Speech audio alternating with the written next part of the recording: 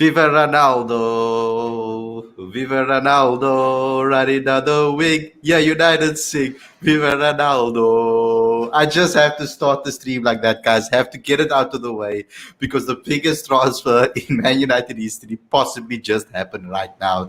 Sorry to blow up your screens if you're not a United supporter, but I just had to get that out of the way. So let's get straight into today's content. Who will be the top scorer in the Sri Lanka tour? That is the question that you guys gave to us. That's the question that you gave us on Instagram, and we're going to be answering that question today. We're first going to answer all the questions from Instagram first and foremost, and then we will get into the questions that you guys give us in the live chat. So that's what our show is going to be about. You obviously see the headline. We're on Facebook Live. We're on YouTube Live. Let's get straight into today's content. Before we do start, please click that eye in the top left hand of the screen after this video is published, or go to the description in the description and click that notification bell. Do all those things. Subscribe to this channel. Click the subscribe in the description for the magazine. And let's do this, guys. Be a part of this community. Let's really go and support us, because that's how we grow this channel. That's how we can compete with the best channels on YouTube around the world. We really want to be able to compete. So help us compete, guys. Get involved. Do all of those things straight away, and subscribe and smash that like button, because that's how this video goes trending on YouTube, etc. So especially in cricket, we want to dominate the internet. So let's get to it, guys.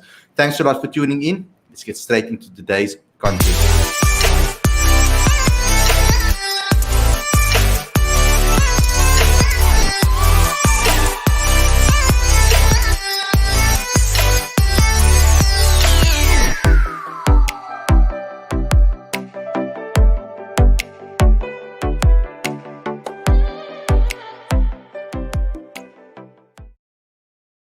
Hey guys, welcome to Cricket Fanatics Magazine, and this is your daily show, and this is your Q&A session on a Friday. I'm your host, Khalid. This is my co-host, Aditya, and we'll be answering your questions that you sent in on Instagram, as well as in the live chat. First and foremost, guys, I just want to lay some rules down. Please ask your questions after we finish with the Instagram account questions. We will be popping them up on the screen so you guys can have a look at them too. So let's get straight into today's video, and let's get into the questions. First and foremost, Aditya, how are you doing? I'm good. Delighted that you're delighted about Cristiano Ronaldo going back home to Manchester United. I've been following the news too. So yes, I can feel the excitement. But on the cricket front, yeah, on the cricket front, India is batting 200 for 2, trailing by 150 odd runs. Cheteshwar Pujara currently batting on 84, Kohli on 39. Long may their partnership last.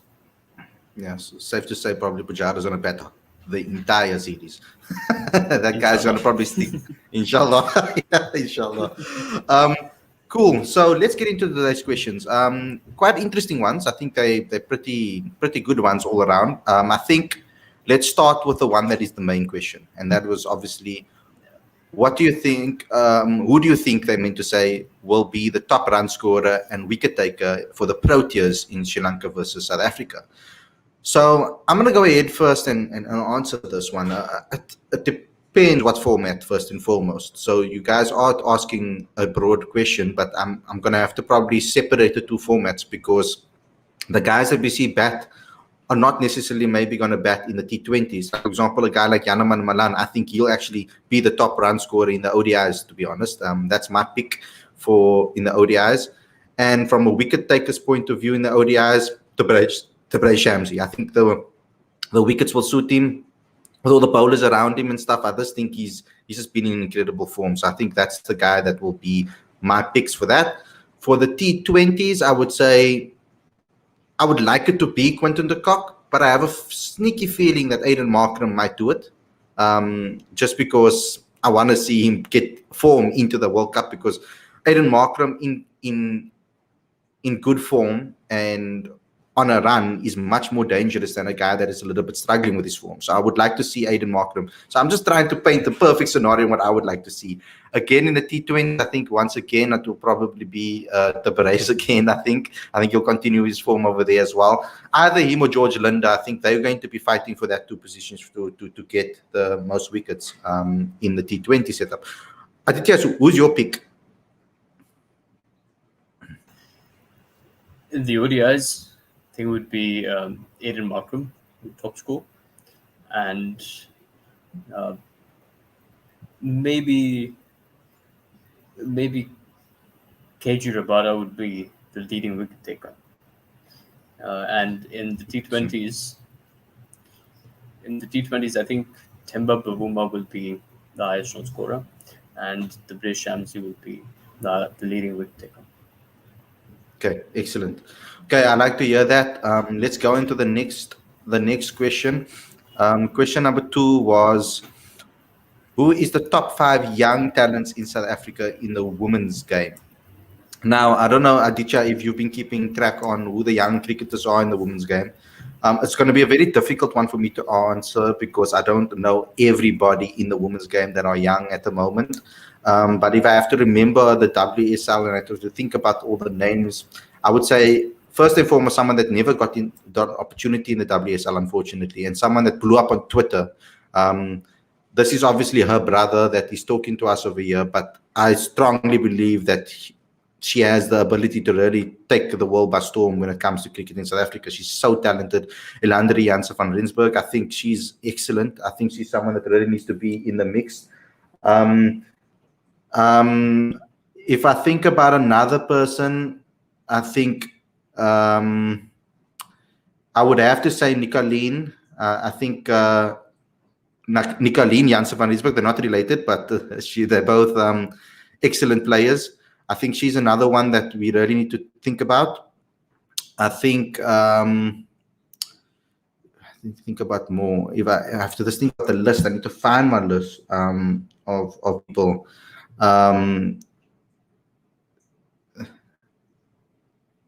So if I come straight to mind, if I think of someone like Andri Globerar as well, she's a youngster wicketkeeper batsman, talented from Western Province. I think Annerie Dirksen as well. We had her on the channel as well. We interviewed her.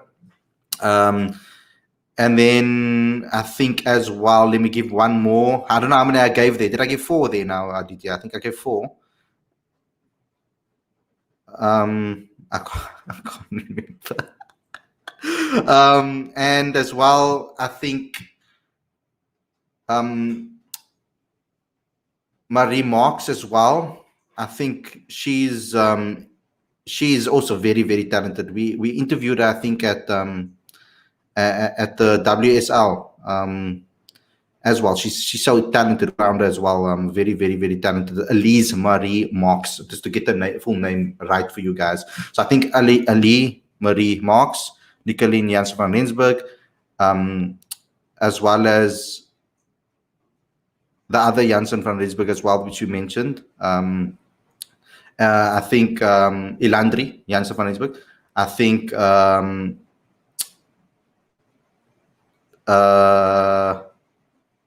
Annerie Dirksen and Grobbelaar. I think those are 5 that I would like to mention.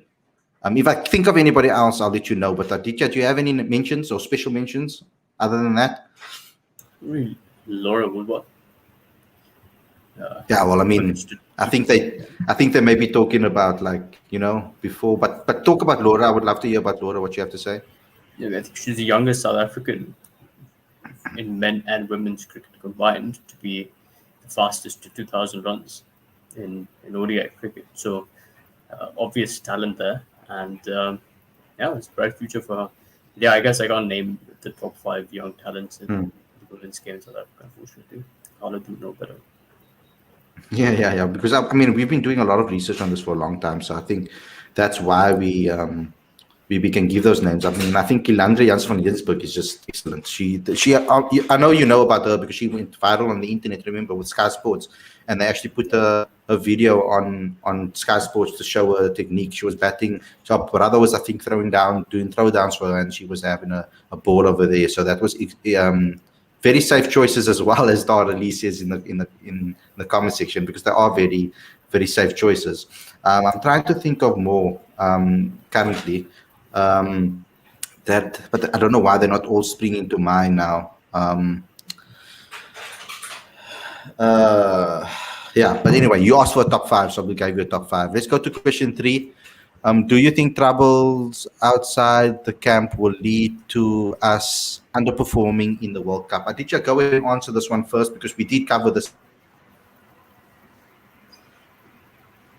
Going by history, it has the potential to do that because we saw how trouble during the 2019 season um, really got the better of South Africa's performances. The team really suffered in that period. But in saying that, you know, what happens off the field can also galvanize a team in ways that we can't understand because there are so often that we've heard that outside events have actually brought a team together and they've punched above their weight.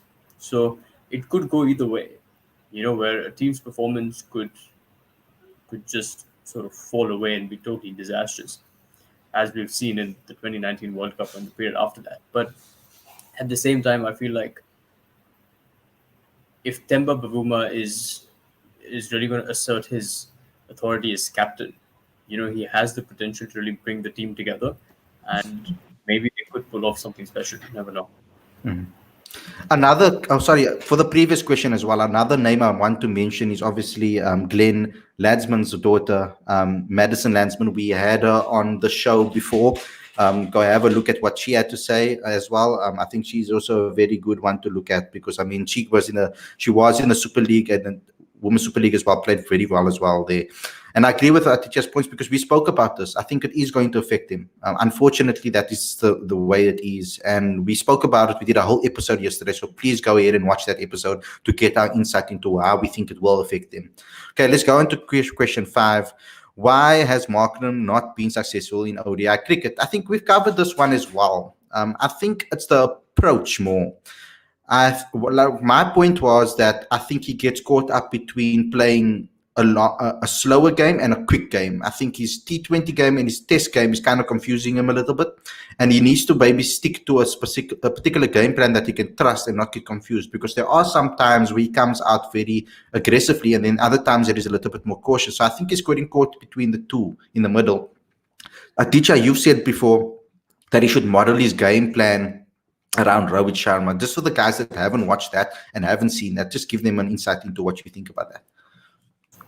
Right. So what's happening with Markram right now is that he's going too hard in the power play overs, and he's making these incredibly eye-catching 30s and 40s, but he's not been able to sort of carry on because he's playing too much of a high-risk game. So he needs to curtail that a bit, because let's not forget 50 overs, 300 balls.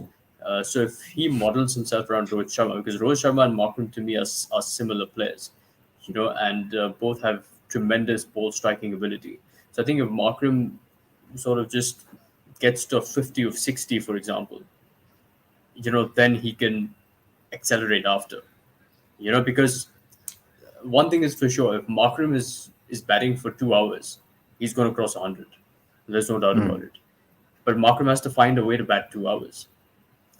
And I guess one way to do that for him is a rotation of strike, because that's something that South Africa collectively have not been great at in ODI cricket.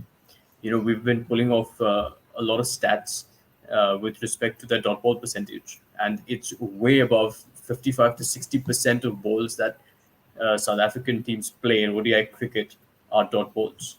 And in this day of white ball cricket, that's simply not good enough. So I think everyone in that top 6, top 7 has that responsibility to play a more holistic game that revolves around proper running between the wickets as well as ball striking.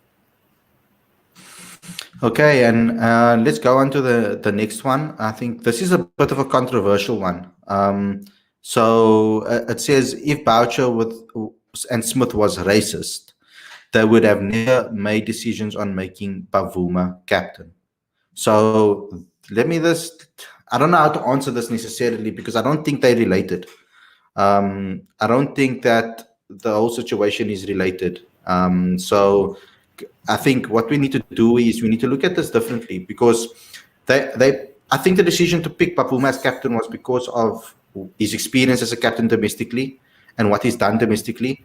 And I think that we also need to look at it from that perspective that the team actually looks at him as a different, as a enthusiastic person, someone that they can look up to, someone that is in that gets them motivated, etc. And he really brings the team together. And what he represents to South African cricket is a lot more than just being a captain and a cricketer. He adds a lot of more value to the situation. So that's what I would like to say about that. With regards to the racism situation, it's very difficult to prove racism. Now, yes, Mark Boucher has said certain things in his testimony about admitting to things that happened in the past and certain accusations that were made against him. But he needs to still, I feel he still needs to be in the SJN hearings and give his testimony so we can see whether those are wrong, if he can be proved. It has to be proved whether he is or not. With regards to Smith, we need to wait for what he has to say in the SJN hearings as well. He also has to have his say for the accusations that were made against him. So I'm not going to get involved with the whole racism discussion quite yet until we can see what they have to say in their testimonies in the SJN. What is your thoughts? Yeah, look, I think, and literally anything we say in response to this question would be speculation, right? Because we don't know what conversations took place behind the scenes uh, that determined who the white ball and red ball captains would be. So I don't think we're going to go there. But look, with any team, when Graham Smith was made captain, it's not like there was a lot of captaincy experience before that. It was, they took a chance on him. Similarly, they're taking a chance on Bavuma because at this point there's literally no one else, and South Africa doesn't seem to be the sort of team that would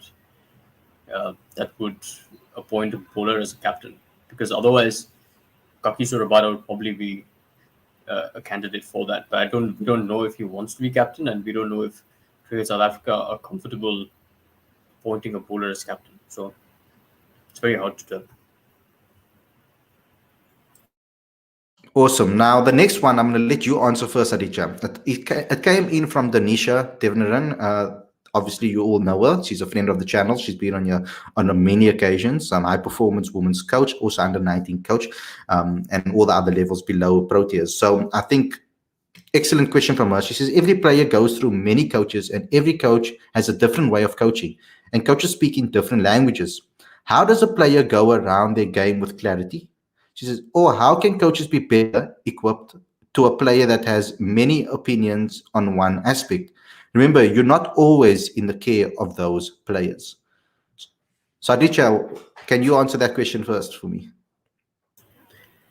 Yeah, that's an incredibly interesting question by Dinesh. And I suppose it's a very long conversation too, because there's so much that we can talk about with respect to that question.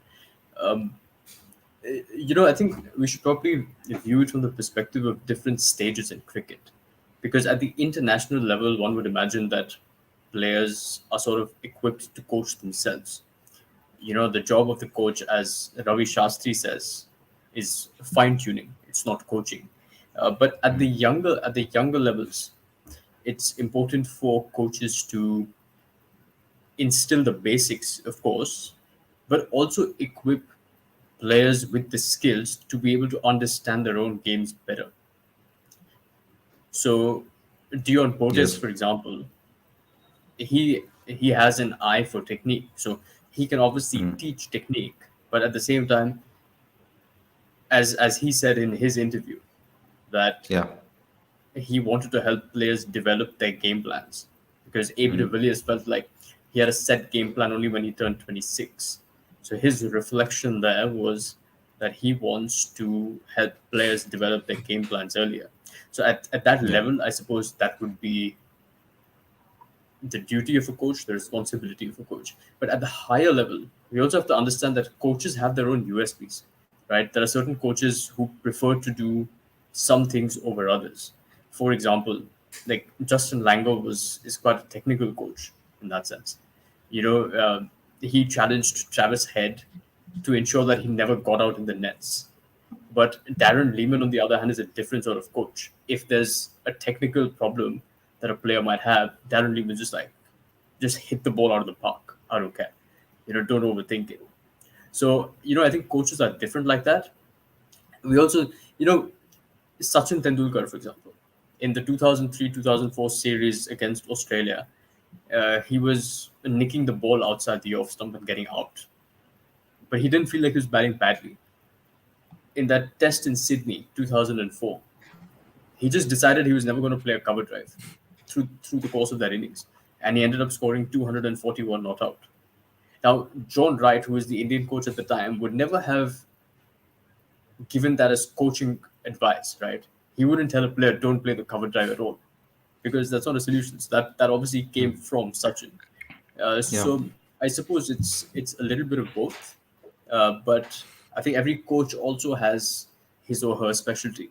Yeah. Some just prefer technique, some prefer talking about the mental facet of the game. But it's a huge conversation and a fantastic question from the nation. Yeah. Yeah. Excellent. And I think also I wanna add to that because there are different levels and different things that happen at when you are at different levels, of course, like you explained, Aditya. But at school level, generally speaking, coaches don't necessarily get very involved, especially if you're not like A team, B team. They don't necessarily get very involved with your technique, etc. It's more about motivating you and getting you ready, at least at the school that I went to. So it's more about getting you ready and getting you motivated, but also it's got to do with what they see in their opinion. It's not necessarily about, this boy might have the good talent and let's get it out of him. It's more like, let's play the person that is most on form in the best positions that we can possibly play them in. Sometimes there's also a lot of favoritism that happens, etc. That is unfortunate in school sport. But when you get to a domestic level, for example, your game plan needs to be identified already. You need to be comfortable in your game plan, because now in domestic level, your aim must be to play for the national side. That must be your next step, your next aim. SAA and international, SA emerging international.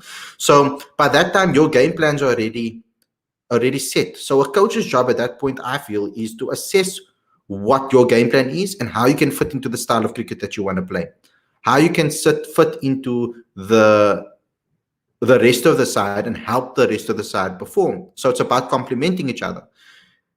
When you look at private coaches, and I think this is where it gets really tricky, is because a private coach looks at you individually and changes your technique completely. And you might get different advice from your private coach than you get from your coaches at domestic level. So it can get very, very difficult. At the international level, I'm sorry, but your game plan needs to be 100% clicking. A coach needs to be able to identify how they can maybe add maybe one or two things to your game, similarly to domestic level, maybe one or two extra things or extra tricks to your game to help get the best out of you and how you can get your best promotion out of you. When it comes to international level, it's all about motivating you to get on form. So that's my point of view with regards to that. It's going to be very tricky, I think, with managing private coaches, because when you're a player, I know there's so many domestic cricketers that I've spoken to where they say, they get to a point, especially at SA under 19 level, they get to a point when they get confused because they learn listening to SA under 19 coaches, then they're listening to their Western Province coach or their provincial coach, then they're listening to their school coach, then they're listening to their private coach, then they're listening to their dad, the dad's friend who was an ex-Protea. It gets confusing and gets very crazy in your head. So you need to trust yourself in your own game, and that's what you need to do to move forward. Can you imagine what that must be like in India, where you have 1.5 billion cricket coaches? Oh my God, Virat Lord. Kohli should not be standing like that. He should be standing like Yeah, this. His backlift is not yeah, right. But yeah, it's interesting, right? Like, that's part of the challenge of being an international cricketer, because when you're out of form, people will either say you're not good enough to play at that level, but how many people can actually block that out? So, for example, when Virat Kohli had that horror tour of England in 2014, where I think he scored 134 runs in 4 Test matches. You know, he was supposed to be the next great after Sachin Tendulkar, but he hadn't conquered England. And so people were questioning his technique and his ability and all of that. But as soon as Virat Kohli was out of that tour, he came to Mumbai and he called up Sachin and he said, "I need your help." They worked for 10 days and his game turned around. 4 centuries in Australia after that. 600 runs in one series, 700 runs in a series. Insane. So I think that's one of the most interesting challenges in cricket, in my view, particularly in this day and age with social media and the number of coaches, the number of stakeholders in cricket, I suppose. Okay, so let's get into the comments, some of the comments that you can get, because we are running out of time, guys. Thank you for the Instagram questions, but let's get into it over here. We've got one talking about Michal Pretorius, of course. Well done to Michal, because he's a favorite of mine, a favorite on the channel, favorite of Aditya's. So very good to know that he's playing well and he's doing well in the CPL. I think that he needs a season in domestic cricket again. For the South African selectors to really push for him to be in the side, because he wasn't as consistent before. Remember, his name started coming on people's lips more in the recent last year or so, or year and a half, because of the switch from the Lions over. So obviously he's now at the Knights, and he had to obviously change and do the different things and come with a different game plan and do all of those type of stuff. And he's learned a lot since he's worked with Alan Donald. So that's given him a whole different ball game with regards to his levels and his accuracy, his pace, all of those type of things. So I think Michal is not far away from a Proteas call-up. I think performing here, what he's doing here, this is exactly right, getting there to that level. I'm not going to hop too much on that one. You can see Aditya's agreeing with what I'm saying, so let's keep it there. Aditya, you answer this one. What role can Cricket South Africa play in improving the performance of other African teams? The Proteas cannot be the only best side from the African continent.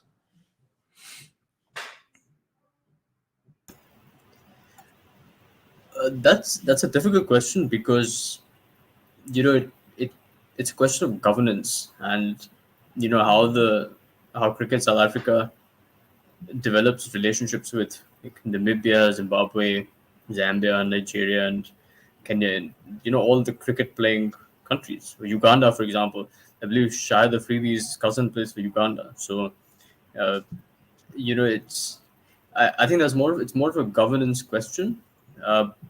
But I do feel like established cricketing nations have a responsibility to help less prominent cricket teams develop, and I hope they do that. But in saying that, I feel like India and Pakistan also have a responsibility to help other Asian teams develop.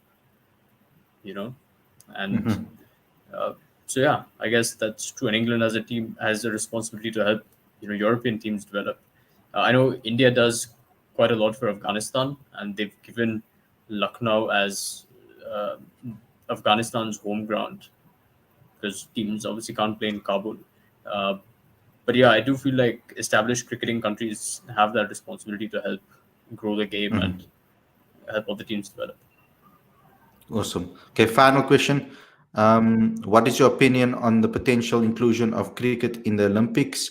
I think it's an excellent idea. We need to get cricket worldwide and seen by more people. And in the Olympics, I think it's a perfect platform, because the whole world watches that, from different types of countries, or different types of ethnicities, or different types of people watch it then. And it will be an opportunity for a lot of people to watch it all around the world. I'm just going to show some of the other comments that were made. We've got Milan Dravid saying, Michal Pretorius, LOL, Markram in ODI, Bavuma in Test. We've got an ODI playing a level in the UAE. This is for T20s. Markram, Quinton de Kock, Bavuma, Faf, Dussen, Van der Dussen, Muller, Pretorius, Rabada, Nokia, Tahir, and Shamsi. We've got a comment here from Dick saying, Michal Pretorius 4-4. India, great fight back. And we've answered the questions about that. What is your take on the new CSA tournament? We will be doing a show on this completely. So stay tuned for an episode on this channel. We will be talking about this completely. Thanks a lot for everybody for tuning in. Thank you a lot, Aditya. for coming on the show and listening to my Ronaldo song at the beginning in the back end when I was saying Viva Ronaldo. I just had to, I just had to. It's excellent. I mean, I'm so happy and I'm beaming over here. So going to be a great signing, I feel. Even if he sits on the bench, man. Even if he sits on the bench, it doesn't matter. The fact that we stole him away from City like that, it feels so good. Okay, cool. Thanks a lot for tuning in, everybody, and I hope you enjoyed the episode. Don't forget to smash that like button, subscribe button. Go ahead and download the latest issue of the magazine and become a subscriber. The link is in the description. Please go ahead and do that. And subscribe to this channel. Click that notification bell for all future videos, please. And I think you're probably wondering why I haven't shown the button, but there's the button right there. So go ahead, click that subscribe button, click that notification bell for all future videos. Take care, everybody, and enjoy your weekend. We'll see you again on Sunday evening with another podcast show. Take care, everybody.